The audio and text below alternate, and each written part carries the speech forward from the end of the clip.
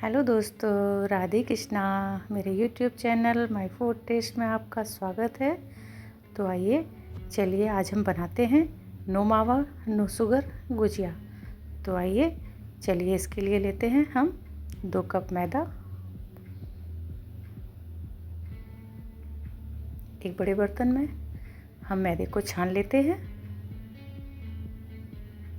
और अब हम इसमें मोइन के लिए ऑयल को डालेंगे।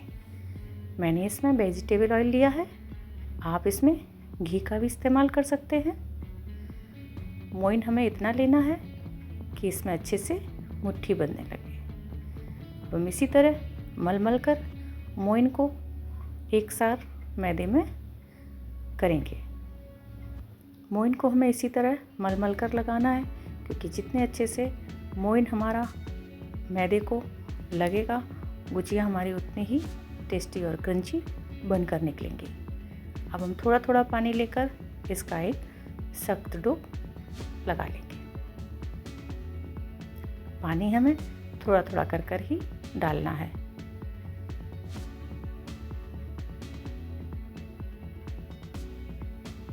और इसको आटे को हम जिप लॉक बैग में पैक कर देंगे, जिससे कि हवा ना लगे और हमारा डो पपड़ी ना पड़े और सख्त ना हो। अब हमने स्टफिंग के लिए ड्राई फ्रूट्स लिए हैं कुछ, जिसमें मैंने बादाम, काजू, पिस्ता, किशमिश को लिया है।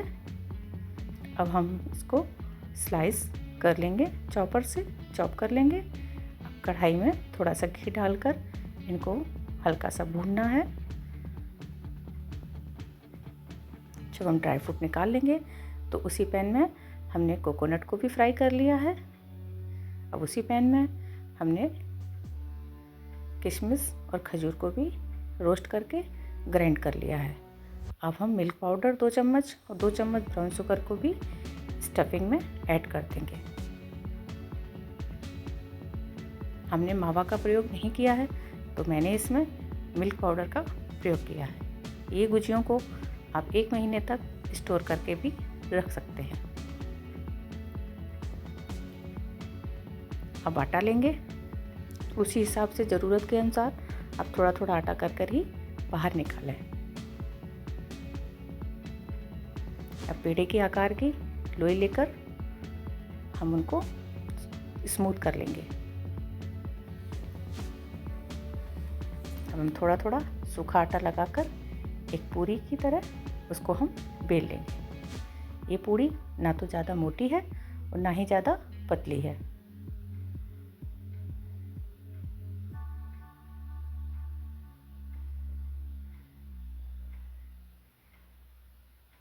अब एक छोटी सी कटोरी में मैंने 1 चम्मच मैदा और 2 चम्मच पानी की एक स्लरी बनाई है, जिसको हमें गुजियों के किनारे पर लगाना है।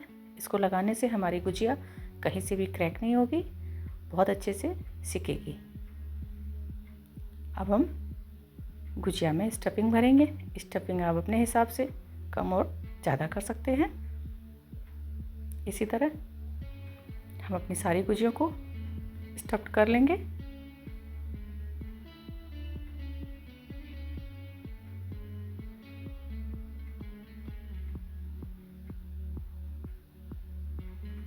और इन्हें एक थाली में कपड़ा लगाकर स्टोर करते जाएंगे। अब एक कढ़ाई में मैंने मीडियम आंच पे तेल गरम किया है, उसमें ज़रूरत के हिसाब से गुजियों को डालते जाएंगे। इसमें ना तो ज़्यादा गुजियाँ डालना है, अगर हमने ज़्यादा गुजियाँ डाल दी तो ये क्रैक भी हो सकती हैं, फट भी सकती हैं। इनको बीच बीच में चलाते हुए हमें इनको गोल्डन ब्राउन होने तक फ्राई करना है।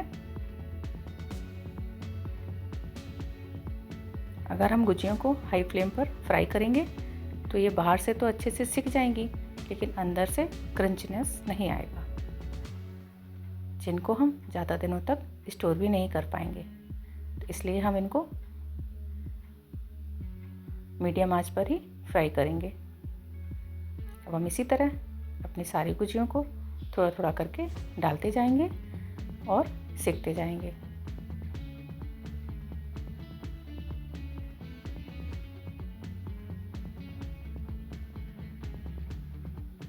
दोस्तों, अगर आप हेल्थ कॉन्शियस हैं तो ये गुजिया आपके लिए तो बहुत ही अच्छी हैं।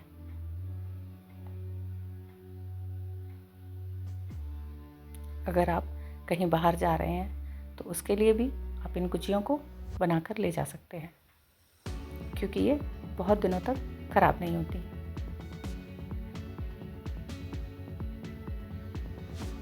अब हम इसी तरह धीरे धीरे अपनी सारी गुजियों को सेकते जाएंगे।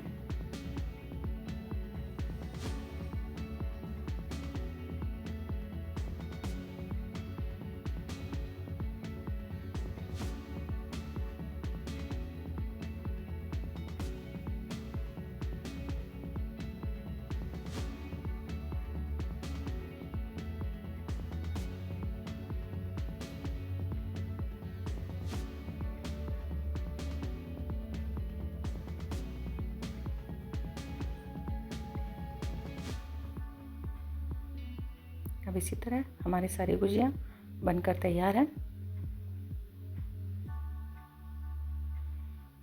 हम इन गुजियों को तब स्टोर करेंगे जब तक कि ये पूरी तरह ठंडी ना हो जाए। अगर हम इन गुजियों को गरम गरम में ही स्टोर कर देंगे तो ये सारी गुजियाँ दब जाएंगी, जो देखने में बिल्कुल भी अच्छी नहीं लगेंगी। तो आप इस चीज़ का ध्यान रखें कि हम इन गुजियों को तभी स्टोर करेंगे जब ये बिल्कुल पूर्ण रूप से ठंडी ना हो जाए।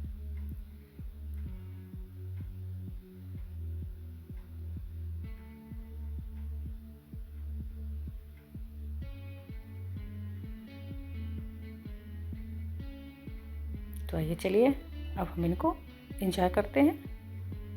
अब हमारी सारी गुजियाँ बनकर तैयार हैं। तो इस त्यौहार पर आप इन गुजियों को एक बार ज़रूर बनाएं। दोस्तों, अगर आपको मेरी रेसिपीज़ पसंद आ रही हों तो प्लीज़ मेरे चैनल को लाइक और सब्सक्राइब ज़रूर करें। मेरा चैनल देखने के लिए धन्यवाद एंड थैंक यू।